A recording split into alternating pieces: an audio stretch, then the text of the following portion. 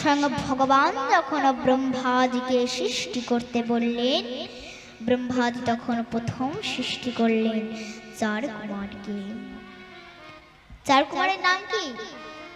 সনক, সনাতন, সনন্দন ও সনত কুমার। এই চার কুমারকে সৃষ্টি করলেন, কিন্তু এই চার কুমার তখন সৃষ্টি বিস্তার করতে চাইলেন না। ব্রহ্মাদি তখন মনুষ্য সৃষ্টির জন্য মনু এবং শতরূপা দুই পুরুষ ও প্রকৃতির সৃষ্টি করলেন।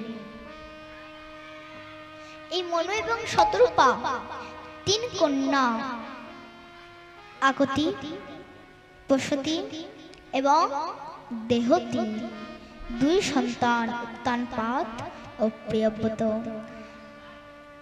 বংশ বিস্তার বর্ণনা করলেন।